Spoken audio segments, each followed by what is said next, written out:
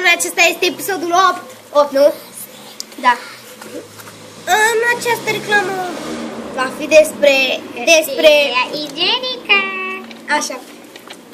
Cred că asta va fi cea mai epică reclamă care am făcut-o noi. Așa credem. Avem deja scena în cap. Și urmăriți.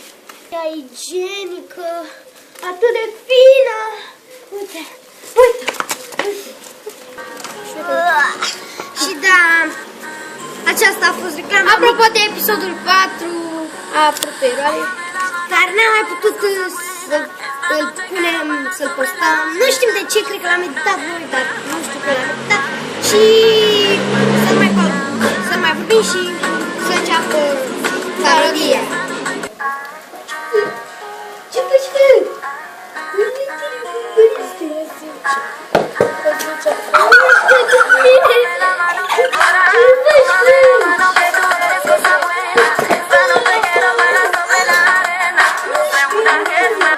Scuzați, eu am bun. Prima dată am dat în acest clip cu mingea și era o minge așa de grea